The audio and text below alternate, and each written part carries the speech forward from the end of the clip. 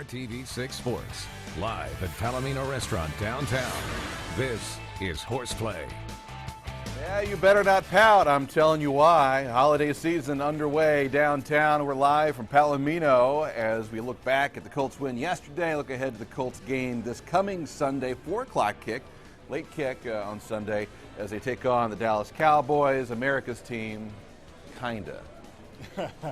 Are the Cowboys still America's team? I don't believe. Since they won last night, they probably. Since they won last night on national TV. It kind of fluctuates week to week. Anyway, great to have you. Welcome to Week 15 of Horseplay, live here on the IndyChannel.com, RTV6 app. Again, we're coming to you from Palomino. We have coffee, we have ice water. Ice water? Of all the things you could order here, you get an ice water. So. Throat, I'm trying to nurse. Yeah, you got a cold? It's like Reggie said, in December no one's 100%, so we're fighting through it. It's one thing being injured, it's one thing playing hurt. Right, so there you go. We're just a little injured. That's okay. Anyway, great to have everybody. You missed it because we started the show, 30 seconds ago, and Jim How long you been Sorgi here, Jim? just sits down. 32 seconds? No idea what you're talking about. I mean, I could have been like Chappie, missed all of last week. Like, you know, he just disappears on us for a week. But he was an excused absence, though. There's no sick days. I brought There's a no sick days. doctor's note. See, I go by the rule there's no 6 days in football because you could never take a sick day when I was in the NFL. You just show up. If you were hurt, sick, you show up, go to the training room, and just lay there for like half. Yeah, but you guys had connections. When you guys got colds or flu, you had some serious medicine medication. stuff? Yeah, it's amazing how you guys get over that so quickly. Injections. There you Just go. inject something. I'm not Get going better. to injections. I need to be really sick to have an Yeah, injection. what's the old line? Shot of penicillin, you're good to go. There you Is go. that so whatever it is? Covers a lot of ills. Great to have you on board. Mike Chappell as well from the IndyChannel.com. So, yesterday was interesting. It was a win. It was a win. You know, I mean, that's the only way you can wrap it up. I mean, the one AFC South champs, you know, you got to be happy about that. I mean, doing it 2 consecutive years in a row. But I was going to, post-game show yesterday, I was going to say, oh, they didn't do this, they didn't do that. When it came down to it, it was just, you got the job done. Right. You know, do you get that job done if Ryan Fitzpatrick doesn't get hurt? I don't know. But you got the job done. That's all that matters. You know you're going to be playing in January now. Now you really got to focus on fixing the things that are going to help you move past the first round of playoffs. And are they going to be able to do that? They haven't done it in the last 4 weeks, so we will see. I would say there's a lot of work to do between now and the start of the playoffs. And I think what Jim says is right. You give them their moment. Give them the 24-hour rule. Right. Let them enjoy it. And, you know, again, there's going to be a lot of good teams that don't make the playoffs. Right. There really are, in the NFC especially. Give them their time. And then maybe today moving forward, okay, this is what you need to address. Mm-hmm. And the problem is the things they need to address are things they need to address, like Jim said, for the last month, 5 weeks, and they've not.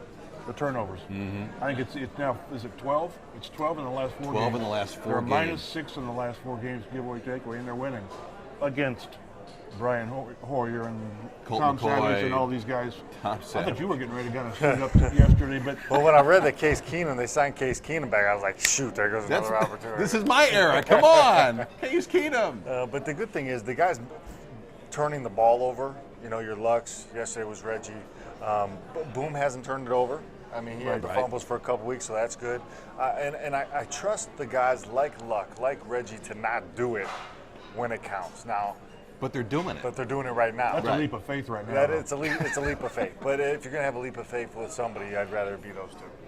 Take a look at the big lead in case you missed it. Here's some of the vital numbers yesterday. 17-10 was the final, 4th straight win for the Colts. We were talking earlier, Chappell, yesterday. They did have a 5-game winning streak, so they can match that 5-game winning streak this coming Sunday against the Dallas Cowboys. 9th South Division championship for the Colts. T.Y. Hilton, 4 catches, 50 yards, and had a hamstring injury, which is something that obviously all of us are going to be keeping an eye on this week, Mike. Yeah, that's, again, we were talking going into last week, maybe they need to let Reggie have a couple of weeks to get healthy. Now you got to make sure T.Y.'s healthy. You're not going to push it. If this hamstring, You can't afford to. You can't afford to because he's got to be ready for January. And I'm not sure you can do much as far as your seeding, 3 or 4. I mean, you're going to play. It'll be Baltimore or whoever the 5th seed is right now. Cincinnati, Pittsburgh or whoever, Cincinnati. Right. So that's a dicey thing, but you want to be healthy. I can see them really taking it easy with T.Y. if the hamstring's an issue. Do you as a player, as a coach, are you thinking seeding right now? Or if you got to sit out T.Y., you got to sit out Reggie maybe to get that left arm healed up a little bit better. Do you even worry about stuff like that? You sit them to get them healthy, because I don't think seeding's really going to play into it. You got to have New England or Denver lose twice. That's not going to happen. I really thought that Denver was going to lose a game here in the last 3 or 4 weeks. They almost lost again yesterday. They almost lost again yesterday. So I mean, if they lose yesterday, it definitely changes things around a little bit. They almost lost to Miami, almost lost to, Buffalo, almost lost to San Diego. I mean, if they lose one of those games, then yes, you got to play to win. But I think you maybe play this week normal, unless the guy's injured like a TY, then you hold him out for a couple of weeks. But that last week, I think you got to sit some guys just to make sure your health is intact. Did you check out that moment, by the way, when Manning sat out a drive in the second half of the Denver game? Yes. And you could tell, because he got banged up a little bit in the first half. Had a hip injury or something, and he had the flu or whatever. Had the flu coming in, had to get IVs, had a thigh injury coming out of halftime. They're like, he's not going to They played the backup. Yes. And so that was...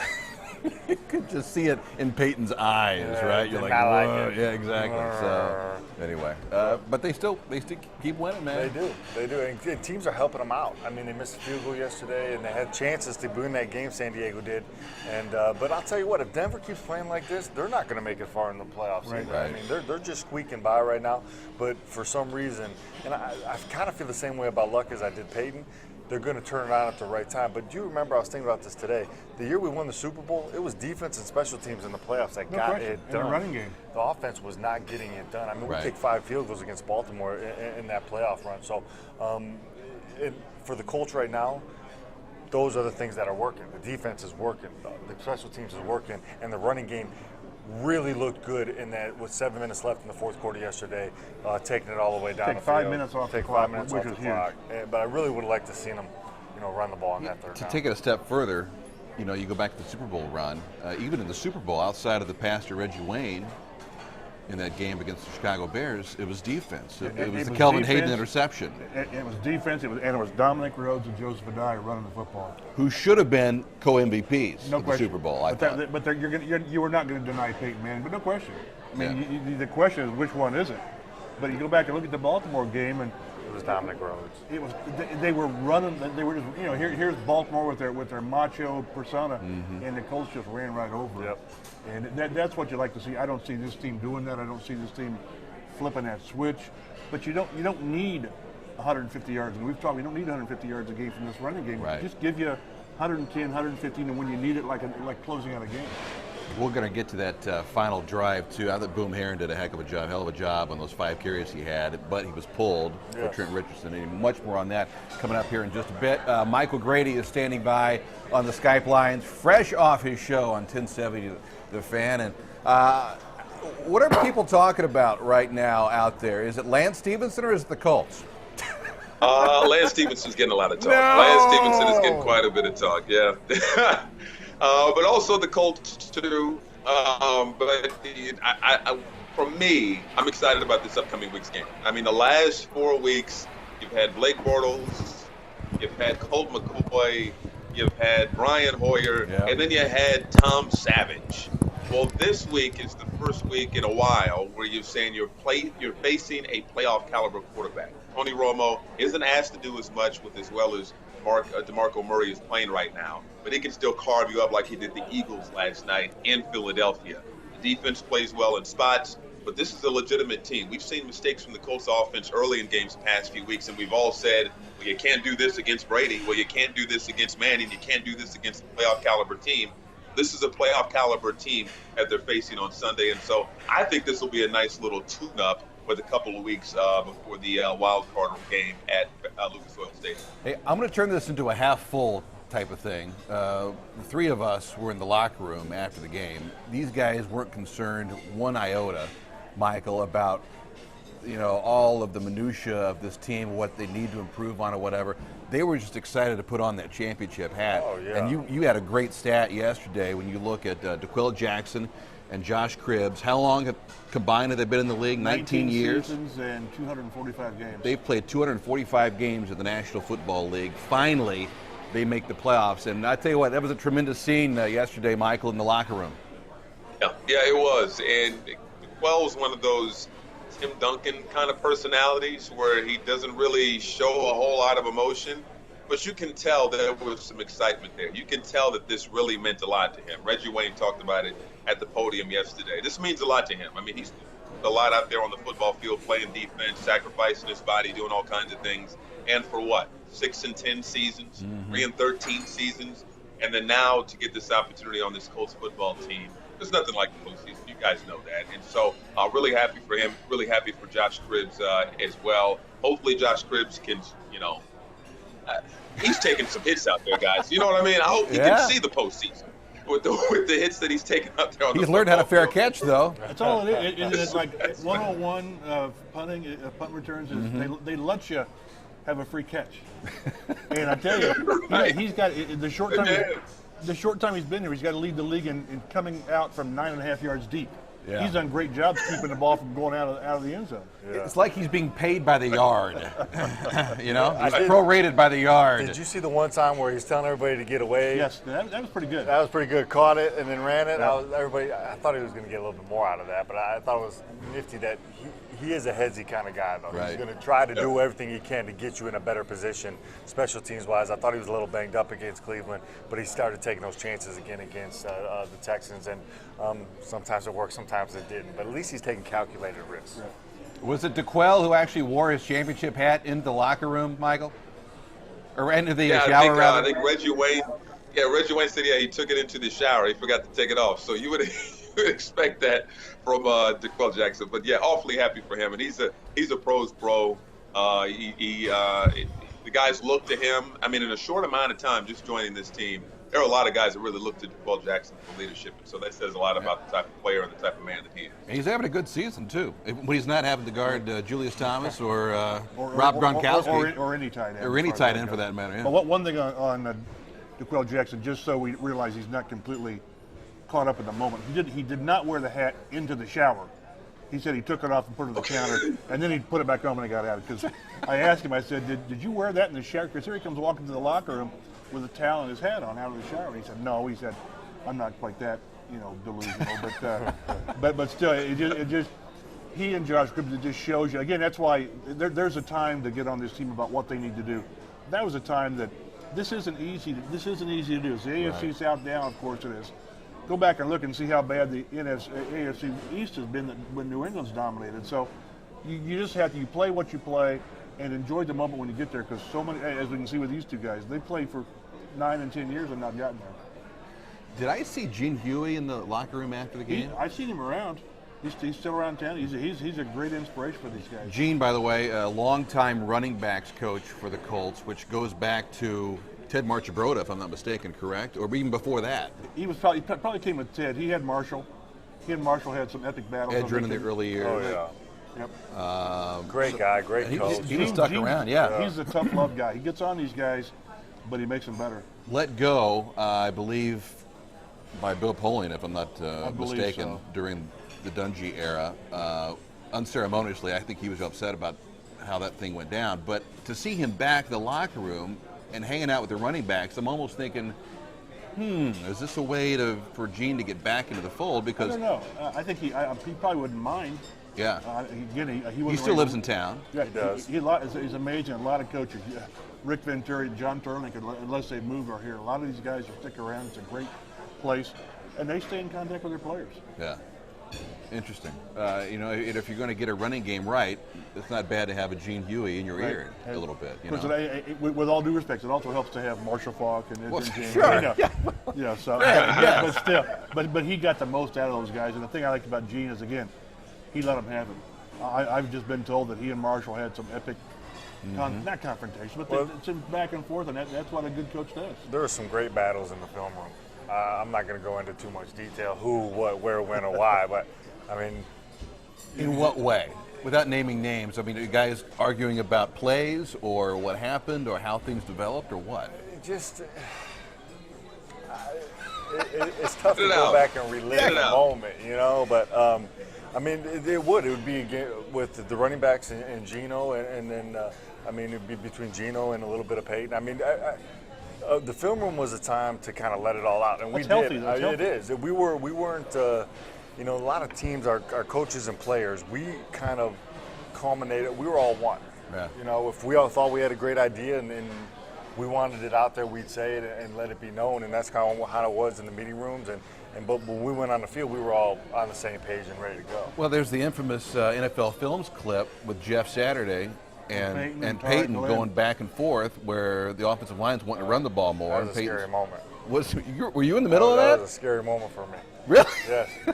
Well, first I wish I'm we could like, play the clip right now, but anyway. Go well, ahead. yeah, it was a Rams game. It was a Monday night game, a Rams game. Yeah. Tarek Glenn jumped up. Yes, Tarek Glenn jumps It was up. Peyton and Jeff, and then all of a sudden Tarek got into it, and they wanted to run the ball. Peyton said, "Your job is just to block," and then everybody got heated, and I'm standing between everybody. I'm like, "Listen, guys, this is not where I want to be right now. Let's just calm down." Peyton was mic'd up that game. Yes, he was. Yeah, that's the whole thing. Yeah. And then, but Peyton had a good line afterwards. After everything calmed down, he goes, "Yeah, it was better than Desperate Housewives." Yeah. Wasn't it? So That's why the guy I thought they always should mic up was Howard Mudd, because I know how he is, and he rode nobody harder than his best player, and that was Tarek Glenn. yeah. Oh yeah. And I'm telling you, and then on the flip side, I think he also rode Tony Hugo just as hard. Tarek really built up through that, and I really think it beat down Tony Hugo. So in some fashions, you need to understand who you can handle that way. Who you're dealing with there? And maybe Tony Hugo wouldn't have been a player anyway. But Tarek Glenn, I tell you, you'd have thought Tarek Glenn was the 10th lineman on your roster. But he always got on him, and I think Tarek, looking back, would probably appreciate the way he was handled. Well, Howard got on everybody. I mean, he got on me, he got on Peyton. But he was so good, though. I mean, Howard really had a great offensive mind. And we had things that we were going to have problems with that week. We had to fix. And a couple meetings, a couple practices, and we'd have it fixed by Thursday. But it was funny because it had to be Howard's idea. Okay? You could bring him an idea, and he didn't really like it on Tuesday, but then Thursday or Friday, Howard came up with a great idea, and it just so happened It was kinda eerily like similar to the one you It was just eerily had. similar to the one on Tuesday.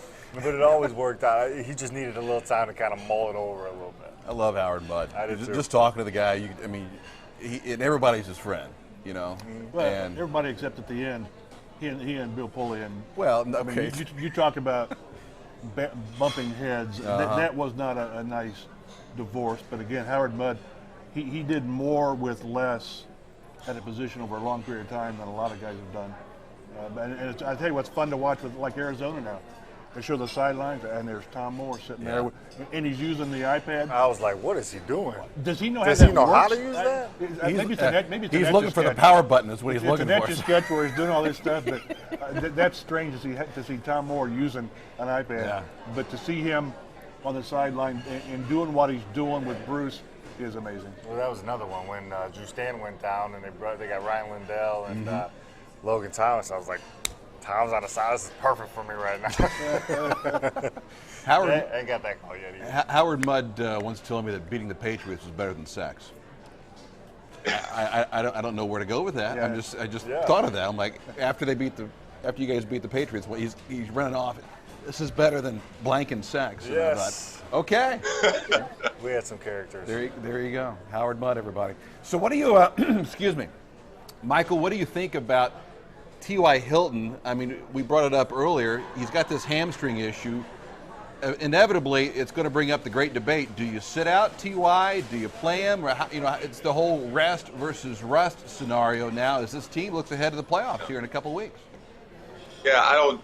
As far as Ty is concerned, I think you guys already said it. Seeding is pretty. I don't really think you don't care about seeding at this particular point because you're not going to catch New England, you're not going to catch Denver, and then you're kind of battling with one of those AFC North teams for that 3-4 spot, and that really doesn't matter. It's going to be tough to go to Foxborough. It's going to be tough to go to Mile High. So you have to do what's best for the player, and if it's serious enough, now Ty will want to play if he can go, but if it's serious enough, sit him. You're going to need some more out of Moncrief. You're going to need some more out of Hakeem Nicks. It was good to see him get in the end zone. But if he gets a few more reps and gets an opportunity to build a rhythm with Andrew Luck, then you're all for it. Again, those guys want to win that football game, but there's some things that they can kind of build on against Dallas if they don't have a T.Y. Hilton. So seeding is pretty much out the window. You want to win the game, but you want to protect the guys who could aggravate an injury that may be minor right now. How badly did you want that Dante Moncrief touchdown to stand yesterday? Pretty cool. It's still pretty cool.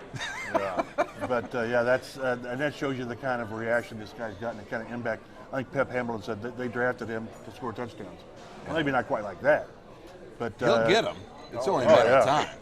And they just missed him on one or two deep ones yesterday. Again, the guy stretches the field, but those are the reactions of the not you have to tip drill because that's not what you're doing on defense, but pretty amazing play. The fact that he was there to catch the ball off the tip. Right. I mean, you're not going to have two receivers in that same closeness or vicinity together. So he saw the ball being thrown, came over, had the wherewithal to come and see if he could do something to help the play and in position to make that play. You're not just there in the position to make that play by mistake. He had to put himself in that position and was there to make that play.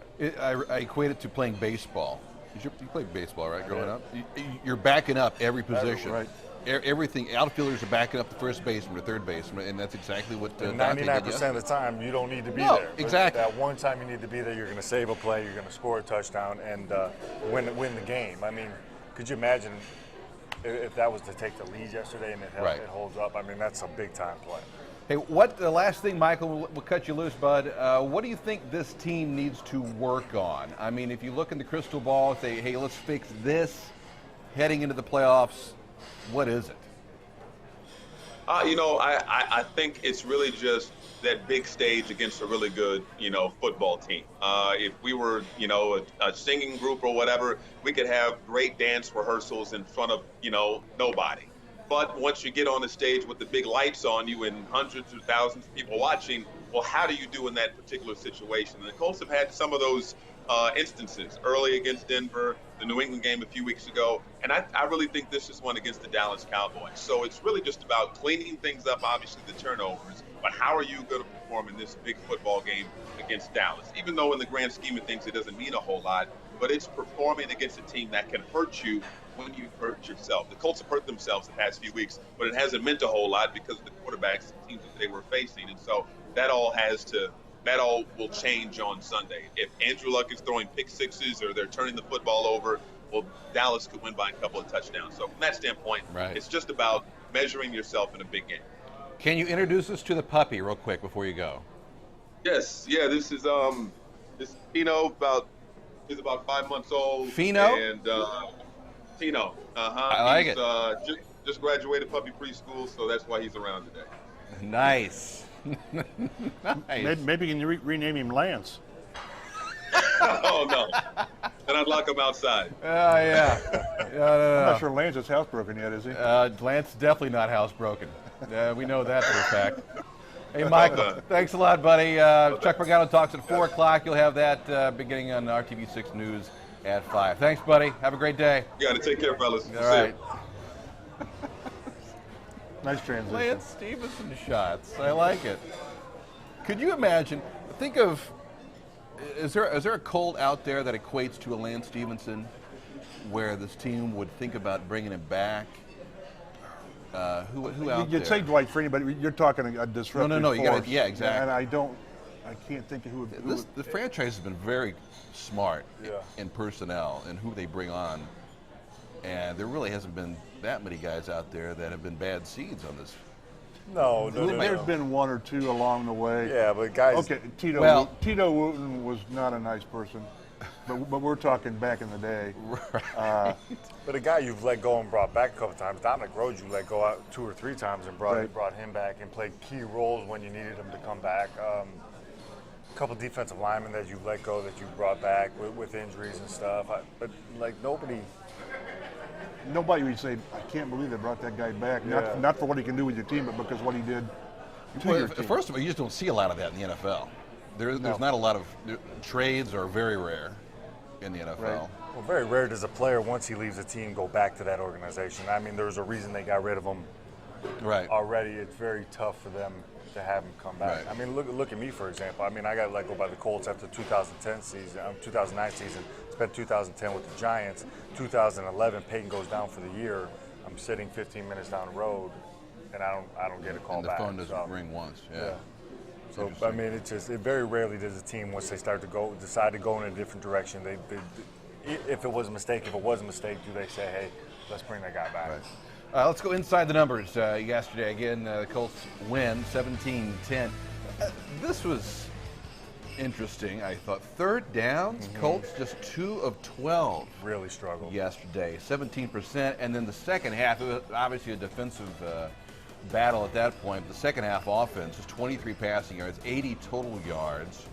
On the flip side, though, again, the Colts are 10-2 in December under Chuck and Luck, second only to Peyton Manning and the Broncos over that last 3 years. But you go back to that one span, and we talked about it earlier, Boom Herons, 35 yards and 5 carries. 8, 7, 6, yeah. And killed the clock as well, which was key. Trent had a really big run in that sequence, too. He had like a 9-yard run right there around the 15-yard line, I believe, where that's what you after they pulled Boom expected to see from Trent. He hit the hole and then carried like 2 defenders like 4 yards before he was actually tackled. Right. That's what people have been wanting to see from Trent Richards. They have not gotten on a consistent basis. I mean, normally the hole's not that big, though, too, but he dances around and gets a yard or 2 and then goes down. We were talking on the last play before the field goal, the bootleg. Yes. Is that one where you're trying to get cute and you just, if it's not there, you got to go down like you did? So is that one where the quarterback says, oops, they got us on that one? Well, sometimes the quarterback does that on his own when they're over pursuing. Sometimes it's a called play. It did look like it was called at that moment in time. We had run the ball. It did look like Dwayne was kind of like back there maybe trying to seal the edge for Andrew to get around. And it just didn't work. And it's one of those things where it works. You know, you score a touchdown, you're loving it. But if it doesn't work, you're like, well, why don't they just hand the ball off? We've been running so good. So hindsight's 20/20. But it is. You do like that when that play's called as a quarterback because you're like, oh man, I'm gonna give me one here. And then the eyes get wide when he sees it. Big defensive lineman, oh no, I'm going down. Sometimes it's best when you just audible at the line. I mean, I remember Peyton scored a couple bootlegs, and he took it himself. Yeah, that was not called. I can guarantee you that. That was just he just seen that Tom guy Moore's crash and put it in there, pulled it himself, and took it around the end. So what are you thinking as a quarterback when you know what's called and everybody knows what's called? And pressure's on you at that point. Right? No, for sure. It's almost like you would rather have the offense coordinator say, here's the running play, and then just tell you, don't tell anybody else you're going to keep the ball, because then it really looks like a running play. Everybody's going down hard and getting in it, and then you get a little bit more cells, so you're wide open on the outside. When you call it, everybody kind of a little bit more on edge. You're not going to come down as hard and try to show the run.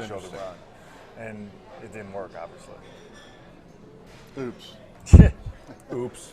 But again, it could have been a lot worse. And that's one again where the quarterback just says, okay, you got me.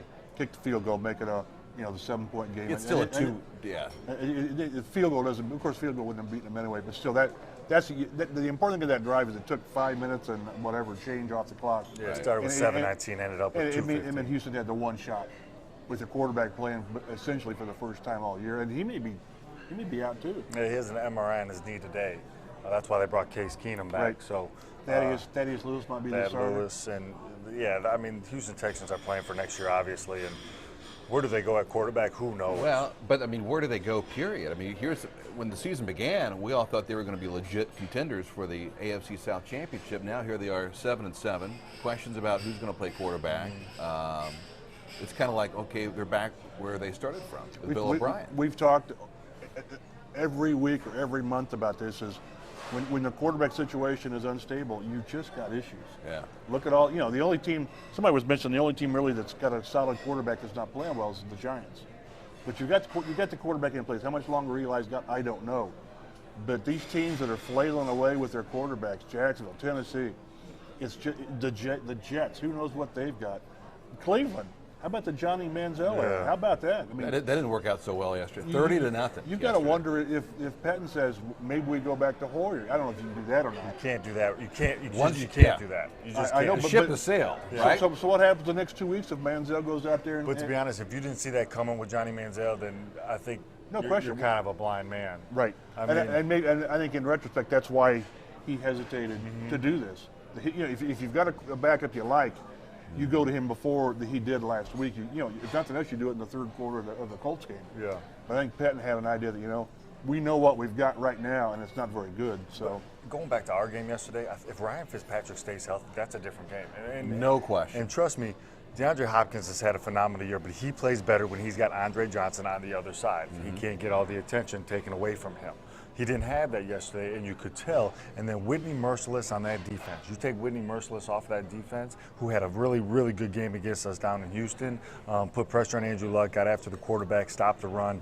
You put him back on that defense yesterday, it's a different type of ball game. They had some key injuries, I thought, going into that game, and then when Ryan Fitzpatrick went down, you knew we were going to win the game. Ugly, not ugly, we were going to win that game. Well, they became very one-dimensional, and you're thinking, okay, Foster, this can go either one of two ways. Foster's either going to have a 200-yard game, or the defense is going to step up and do what they did yesterday. Their game plan when Ryan Fitzpatrick went down was Arian Foster, wherever we can go, try to keep this game close enough to the point where we get the ball at the end of the game to win the game. Right. And they did a darn good job of it. Yeah, they did a darn good job of it. I mean, until that last field goal.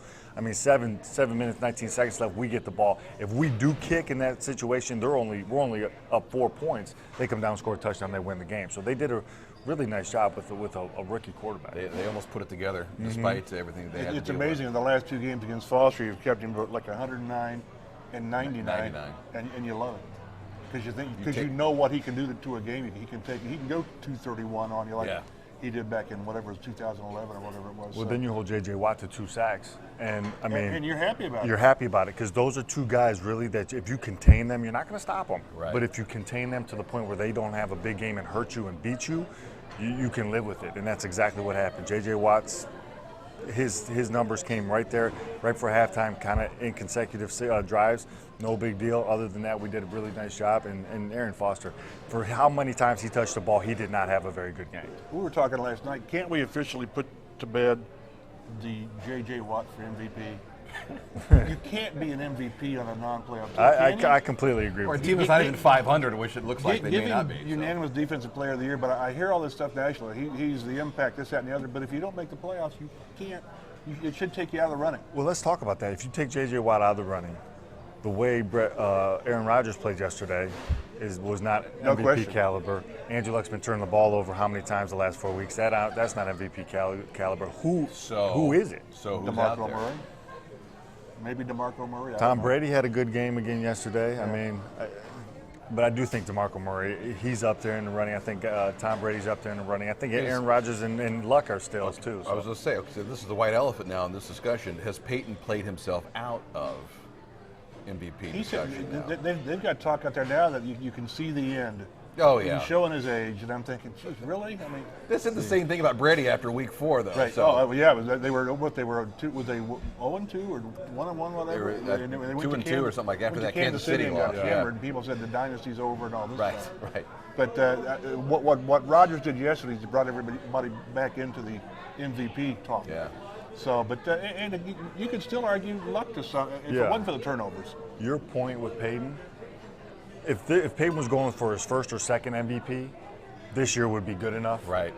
Since he's going for his, what is it now? Six right? now. Yeah. 6 now. I mean, you expect above and beyond from him. He has to have set the bar. Extraordinary season. Right. It's like they used to do when they were here. Yeah. So this season would have been good enough for his first MVP or second MVP in any other year. But since he's done it so many times, he needs. When you break the touchdown passing record, the touchdown yardage record, or the passing yardage record, you need to kind of do that again to win the MVP. At the quarterback position, and take a look at Luck's numbers from yesterday in this Monday afternoon quarterback segment. But I mean, the quarterback position in general, it's just so fickle. And you take like tonight's game, Jay Cutler, Drew Brees. Mm-hmm. You know, week 1, you're thinking, "What? This is going to be a hell of a matchup." Yeah. Now here we are in week 15. You're like, boy. They're ready to run Cutler out of town. And New Orleans wins, and they're in first place in the division. Sadly, they're still in first place. But Brees is getting attacked down in New Orleans. Yeah, they've lost 4 in a row at home. Yeah. Well, just like those numbers from Andrew, those are decent numbers. I mean, he's over 50% completion, right around 200 yards, 2 D's a pick, a couple sacks. But honestly, you give Ryan Fitzpatrick those numbers or Tom Savage, they win the game. They get the game ball. With those kind of numbers. Andrew Luck has set his bar higher. You expect him to be 70% completions, 300 yards, and 4 TDs. What do you do, and we asked Luck this last week, and I'm sure he'll be asked about this on Wednesday, the interceptions and the fumbles. I think it was like 5 fumbles in the last 4 games. Right. Obviously, strip sacks is what caused that. But how do you work on that? is there anything you can do? Is it just mental at this point? Or what do you do? I mean, we used to do something called a gauntlet drill. You know, we drop back and we'd step up through a line of guys as they try to rip the ball, strip the ball, hit you with pads and all this stuff to kind of keep your eyes down the field, looking for somebody, but be conscious of everything around you and secure the football. That's the only thing I think you can really do. You can't kind of mimic. Make Andrew take the football to bed with him. Whatever the game is, yeah. And he's getting hit from awkward angles. He's getting hit going backwards, trying to do something with it, and that's why it's coming out. There's really nothing you can do to prepare for that. You can talk about it. You can watch it over and over again. But I don't think there's a way to. Experience is your best teacher at this point? I agree. And I don't think This is only his third season in the NFL. Yeah. I mean, you know. But I don't know how you all of a sudden, going into week, what will be 16 or whatever it is, do something more. Maybe the fact if you're thinking too much about it, maybe it becomes an issue. Like on the interception yesterday, did he and Fleener sort of have a There was some miscommunication? I don't know. miscommunication somewhere. But the problem is when the quarterback makes a mistake, a lot of times it's just critical. And it's not just a turnover, it's a pick six. That's 2 weeks in a row with pick sixes. So at least give your defense a chance to limit the damage. This defense has done a great job most of the season limiting damage. But I agree. When it's a pick six. Well, the defense has picked up. I mean, they've been put in some very difficult positions. Well, our offense has scored more points for the other team than the other team's offense the last 2 weeks. Right. But I mean, our defense, they've only given up. I'm going to give them the field goal against Cleveland off of the interception. So give them 10 points against Cleveland that they got scored against, but only 7 yesterday. 3 points. That's 17 points in 2 weeks that our defense has given up, and you can arguably take 3 of those points away. Are we going to see Vontae Davis in the Pro Bowl or not? I think so. I think. Yeah. I don't get too bent out of shape over the fan voting. Players know him, coaches know him. Yeah, I think he. How does that work? Is it? It's a third. Third for fans, third for coaches, third for the players. Yes. Media has no say in this whatsoever. No. Which is the way it should be. Let's be honest. Yeah. What do we know? What do we know? But when you see Vontae's not even top 10 in his position, you want to say, really? Is it just name recognition? I suppose. There's some good corners on there, but. And he's got to be careful too, because sometimes the players that don't know go by numbers. Right. I mean, you get in a big room and like, all of a hey, sudden who's leading the NFL? You look up stuff in the who's leading in sacks? Who's leading in interceptions? And you just write down that name, even though that guy might not be the guy who's playing as well as another guy. So he's got to be a little careful. But I do think he makes it. All right, up next, as mentioned, the Dallas Cowboys. Take a look at what happened last night on Sunday Night Football. Cowboys, I think you really get a great chance to watch this game. They were up big. Philly came back to take the lead. 21-0, then 24 unanswered points, and then they put it away. And then they put it away, the Cowboys, as they've won 4 of the last 5. Tony Romo, 265 yards, 3 TDs. Des Bryant, I tell you, speaking of Vontae Davis, the Des Bryant-Vontae Davis matchup on Sunday. Huge. I was watching that game and I'm thinking, okay, I'm seeing DeMarco Murray, I'm seeing Bryant, and I'm seeing Jason Witten. He's the one that scares me. Jason Witten, I mean, him on third down. I mean, geez, oh man, he catches everything thrown in his vicinity. Right. And there was some good coverage on some of those too. Yes. Sometimes you say, hey, you beat me. I look at this. We're talking about the Colts defense, and they've played very well recently. This is going to tell you, what have you got? Because good or bad, Dallas has got all the things that can give you problems. They got the great running game. They got the tight end. They got the guy, with Bryant that can stretch the field. They got the guys underneath that can do things. So we'll get a good idea. Win or lose, we'll get a good idea what this defense is. What was amazing yesterday in the NFC, you guys talking about the playoffs, is how Green Bay loses, Detroit wins. Detroit goes from like 7 to 2. Green Bay goes to 7. 6. Are they in or out right now? I think Green Bay is out. I think they're at 7, and then. Or no, I'm sorry. The Eagles moved to 7 because they lost. So the Eagles went from, what were they, 3 there to could be 2 7? 10-win teams, maybe an 11-win team not get in. I was going to say, you might be 11-5 and not make the playoffs. You're going to have the NFC South, and I don't know, 6 and 10. I don't know what they might be hosting a team that maybe wins 11 games. Well, yeah, they're 5-8-1 right now, right? I mean, Carolina's the 4 seed at 5-8-1. Is that's just, I mean. It's the NFL's worst. Should they change? Yeah, this is their worst nightmare. It'll never change. No, if you win the division, you start. The owners want that division, and it should. The division means something. It is sort of cyclical. I mean, they were not so long with the NFC South was pretty doggone good, with Carolina and New Orleans, and even Atlanta. Yeah, Tampa Bay is different, but the owners they want that to mean something, and it should. Now maybe if you want to reseed it after the first round, maybe I don't know, but. I can't see the division winners never ever being bounced from hosting the game. Interesting. All right, team leaders, by the way, we also have that for you as the Cowboys are the 18th ranked passing team in the NFL. Romo, as much as this guy gets beat up, Oh, man. he's having a hell of a season. The strange thing about his season, he's 7-0 on the road. Yeah. What's that make him? 3-4 at home? At home. Yes. Which is a good thing for the Colts. It It's is. amazing. He's got some NFL record for like 40 or 41 consecutive road games with a touchdown. He plays, I don't know whether it's the home field or whatever where he feels more pressure, but Well, the competition at home this year has been really tough compared to his road schedule. I mean, they've had Arizona at home. They've had some tough games at home. That's a heck of a but they division. get rolled at home by Philly, and then they go to Philly. And then Yeah, win. that don't make sense to me. It doesn't. And there's things, again, just when you think you got this league figured out, that happens. Green Bay goes to, I don't think Rodgers has ever won in Buffalo. It's incredible that teams, you think you finally got a grip on it. Well, if you go back and look in New England, when they travel to Miami, they lose. Every year. Every year they lose at Miami. It happened this year at the beginning of the season. And then when they play Miami at home, they kill them. I don't know why it is, but if you ever want a good bet on Miami against New England when they're at home every year. Well, it's obviously Bill Belichick in South Beach. You can't handle it. Easy So, party. you know, He's out at 3 o'clock in the morning. He's in the and Clevelander all night, Yep. you know, so you can't handle.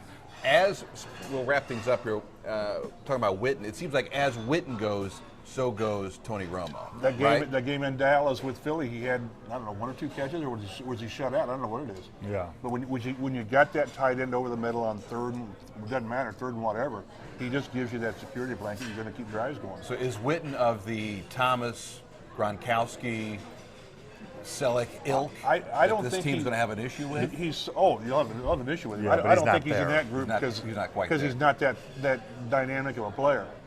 But they talk about him being a Hall of Famer just because the numbers he's throwing up there. He's sort of like Pete Sampras.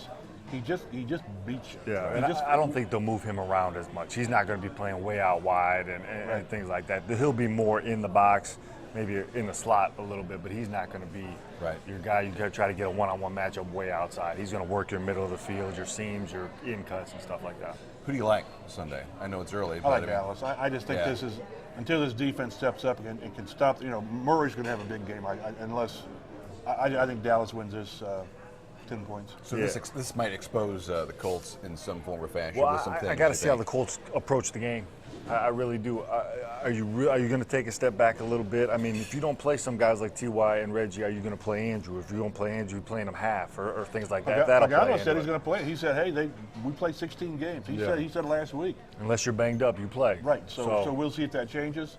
And most fans have always let's go back to 2009 when they arrested people, and people said, "No, hey, we're paying you. You're not reducing tickets." Right. But at the same time, you don't want somebody to get hurt, Costanzo or Andrew or somebody getting hurt in a game that really doesn't mean anything standing. Kobe, Dwayne Allen. Oh, you can get on the list. Yeah. I mean, defensively, do you want your Vontae or Toller to get hurt? I mean, you don't want that to happen. We've seen what happens when one of those corners isn't out there. So, but it's a fine line. You want to win because the last thing you want to do is pull guys and then have maybe a little bit, you lose some continuity with what you're doing. But Chuck said 10 days ago, whatever it was, we're going to play. We're supposed to play 16 games. We're going to play 16 games. We'll see.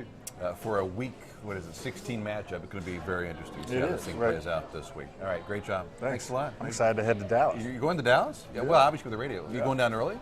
Not going early. Was supposed to go Thursday, but decided to hang out and go with the team on Saturday.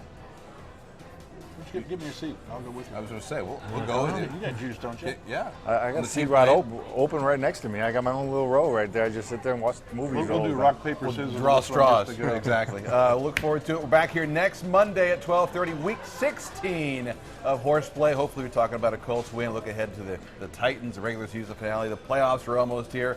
Happy holidays, everybody. We'll see you next week, week 16, Horseplay here live from Palomino.